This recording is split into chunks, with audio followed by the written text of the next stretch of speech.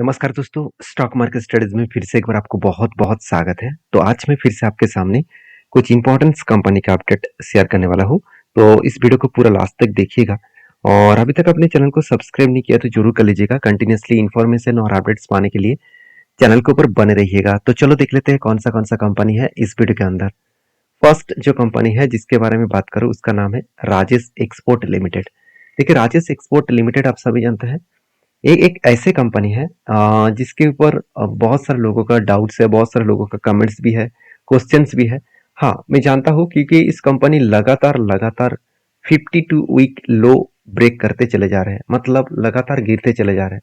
तो ऐसे कोई रीजन बहुत सारे लोगों का कमेंट्स है कि सर इसका रीजन कौन सा है जिसके कारण कंपनी गिरते चले जा रहे हैं। देखिए बेसिकली देखा जाए तो कंपनी का फिलहाल के जो सिचुएशन है, वैल्यूएशन तो आपको सस्ते में दिखेगा। कंपनी का आरओसी आरओई में एवरेज लेवल के आसपास दिखेगा। कंपनी की इंडस्ट्रीज पी रेशियो से कंपनी का पी रेशियो बहुत कम है और कंपनी के देखिए प्रोमोटर के पास होल्डिंग्स भी अच्छा है, इनकम ईयरली बहुत शानदार है। तो प्रॉब्लम कहाँ पे है? प्रॉब्लम एक्चुअली कंपनी का लास्ट 2 क्वार्टर्स में है। देखिए कंपनी इतने दिनों से जिस तरीके से सेल कर रहा था, आप खुद ही देख लीजिए 64,000 करोड़ से बढ़ते बढ़ते 1,15,000 करोड़ तक पहुंच गया था। तो यहाँ तक तो ठीक ठाक था। उसके बाद अचानक क्या हुआ, नेक्स्ट क्वार्टर में मतलब 2023 के फर्स्ट क्वार्टर में 85,000 करोड़ के आसपास कंपनी का टोटल सेल्स हुआ। मतलब 1,15,000 करोड़ से डायरेक्टली सेल्स कम हो गया। और उसके बाद देखिए नेक्स्ट क्वार्टर में तो और भी बुरी हालत है, 38,000 करोड़। और उसके बाद थोड़ा सा रिकवरी तो किया, तो सेल्स में रिकवरी हुआ मगर प्रॉफिट में रिकवरी नहीं हुआ। क्यों? क्योंकि कंपनी सेल्स को अच्छा किया, ये बात तो सही है, मगर कंपनी ने क्या किया, सेल्स के साथ साथ एक्सपेंस को भी ज्यादा कर बैठे। अभी एक्सपेंस ज्यादा होने के कारण कंपनी 45 करोड़ से 12 करोड़ तक कंपनी का प्रॉफिटेबिलिटी मार्जिन देखने को मिला। तो जो कंपनी का प्रॉफिट 422 करोड़ था वो घट के हो चुके हैं डायरेक्टली 12 करोड़। मतलब कई गुना कंपनी का प्रॉफिट मार्जिन कम हो गया। और इतना प्रॉफिट मार्जिन कम जब होते हैं तब क्या करते हैं, बहुत सारे इन्वेस्टर, बहुत सारे रिटेल पब्लिक वो डर के माहौल में वो माल बेचकर भाग जाते हैं। अभी डर के माहौल की बता रहा हूँ क्योंकि देखिए कंपनी के ऊपर आप लोग जो सोच रहे कि इंस्टीट्यूशन क्या भाग रहा है, बिल्कुल नहीं। इंस्टीट्यूशन खुद के क्वांटिटी को ऐड कर रहा है। म्यूचुअल फंड के पास सिर्फ 0.03% होल्डिंग था, वो बढ़ते बढ़ते आज हो चुके हैं 0.12%। और बाकी देखिए जो बाकी शेयर होल्डिंग है तो उसके पास भी देखेंगे तो इन्वेस्टर के पास करीबन 15 से 16% के आसपास होल्डिंग आपको देखने को मिलेगा। तो जो इन्वेस्टमेंट है वो अलग लेवल का इन्वेस्टमेंट आपको देखने को मिले। बाकी इस कंपनी के राजेश एक्सपोर्ट के ऊपर एक चीज मैं और भी बता दूं कि कंपनीज के ऊपर जिस तरीके से यहाँ पे सेलिंग प्रेशर देखने को मिले, इस तरीके से यहाँ पे सेलिंग प्रेशर देखने को मिले, तो लगातार जो गिर रहा था उसके बाद एक रिकवरी करने का भी कोशिश किए। मैंने आपको एक लाइन ड्रॉ करके दिया, एक ट्रेन ड्रॉ करके दिया। मैं आपको ये बताया कि इस लाइन के ऊपर अगर कोई भी स्ट्रांगली क्लोजिंग दे तो यहाँ से रिवर्ट करने का कोशिश करेंगे, मगर यहाँ पे आज तक कोई भी स्ट्रांगली वो ऐसे कोई ब्रेकआउट नहीं दिया जिसको वो ऊपर पुश कर सकते हैं। और देखिए लगातार गिरावट के माहौल में थोड़ा सा एक दो दिन आपको अपट्रेंड भी दिखने को मिलेगा। इसको देखकर बहुत सारे लोग खुश हो जाएंगे कि अभी बाई कर लेते हैं, सस्ते में है तो यहाँ से ऊपर चला जाएगा, और अगर ना बाई करूँ तो मेरा तो बाई मिस हो जाएगा। इस तरीके से सोचते बहुत सारे लोग। मैं एक चीज आपको बता दूं कि अभी जो सेलिंग प्रेशर है, जिस तरीके से देखिए यहाँ पे ऊपर साइड से अगर कुछ इस तरीके से कैंडल बने, इसको कहा जाता है शूटिंग स्टार कैंडल। तो शूटिंग स्टार जैसे कैंडल अगर बनता है तो सोचिए वहां से करेक्शन होने का, फॉल होने का और भी हायर चांसेस है। तो मैं जरूर रिक्वेस्ट करूंगा जो लोग सोच रहे हैं कि यहाँ से बाई कर लूँ, और तो उसके लिए मैं कोई रिकमेंडेशन नहीं करूंगा। और मेरे खुद के ओपिनियन के हिसाब से बात करूं तो यहाँ पे मेरा कोई भी एंटी नहीं है और मैं कोई एंटी नहीं लेने वाला हूँ, क्योंकि फिलहाल के जो सिचुएशन बना है उस सिचुएशन के हिसाब से देखा है तो और भी करेक्शन होने वाला है।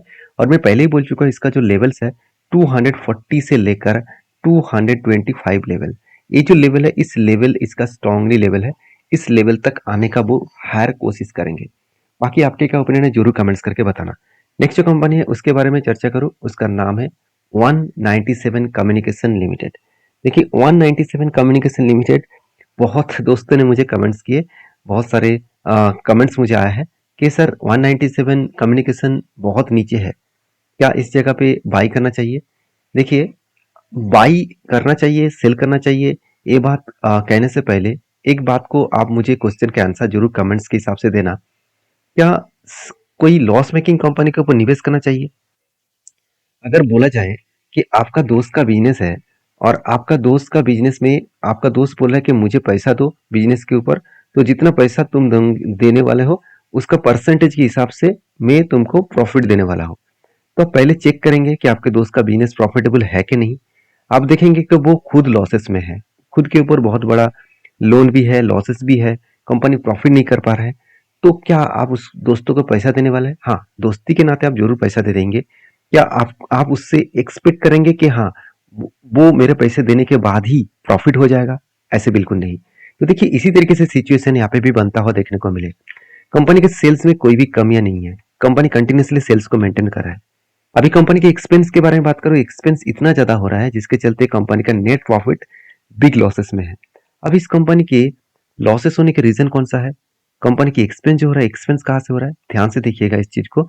देखिए कंपनी के पहले एक्सपेंस था किसके ऊपर? Employee cost. इस कंपनी कोई मैन्युफैक्चरिंग नहीं करता है, तो टोटली सर्विसेज कंपनी है, तो सर्विसेज लेवल का कंपनी के ऊपर सबसे ज्यादा एम्प्लॉय कॉस्ट होता है, मान लेता हूँ।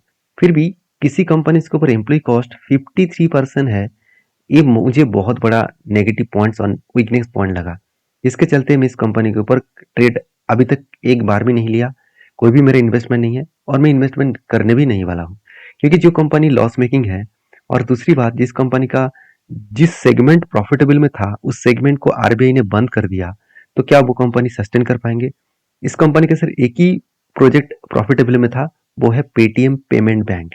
तो पेटीएम पेमेंट बैंक जिसको आरबीआई ने फरवरी का अंत में, मतलब फरवरी के लास्ट डे में इसको बंद करने का सलाह दिया था और बंद भी हो गया। तो जिसके चलते पेटीएम पेमेंट बैंक बंद हो गया, जिसके चलते इसका प्रॉफिट मार्जिन अभी और भी बड़ा लॉसेस में कन्वर्ट होने वाला है। ये खुद अब देखेंगे तो देखिए यहाँ पे ईयर ऑफ ईयर बेसिस में अभी भी लॉस कंटिन्यू हो रहा है।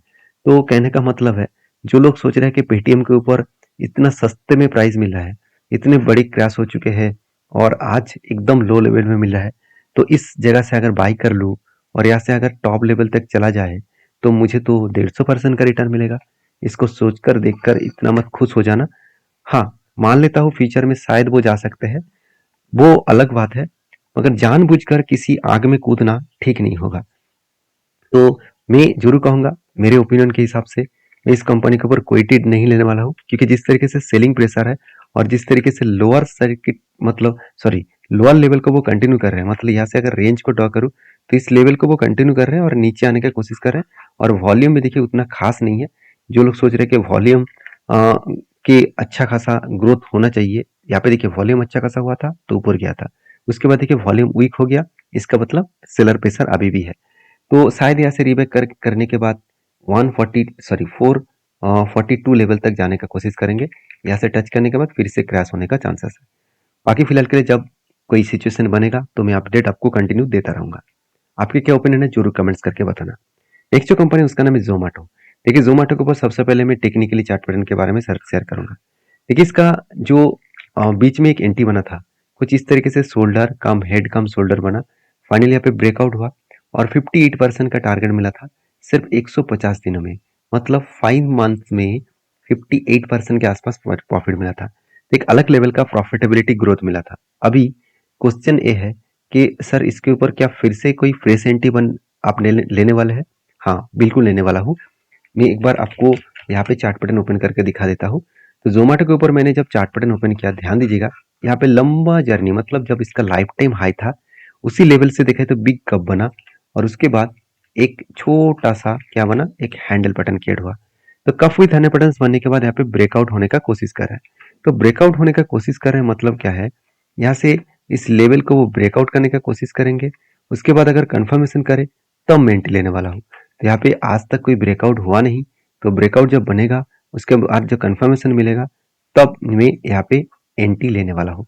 तो बाकी यहाँ से एक चीज और भी नोटिस करेंगे कि कंपनीज के ऊपर जो यहाँ पे सिचुएशन बना है उस सिचुएशन के हिसाब से बात करूँ तो कंपनी 300 तक टारगेट बन सकते हैं अगर इस ब्रेकआउट को कंफर्म करे तो इसीलिए मैं इस कंपनी के ऊपर बुलिश हूँ।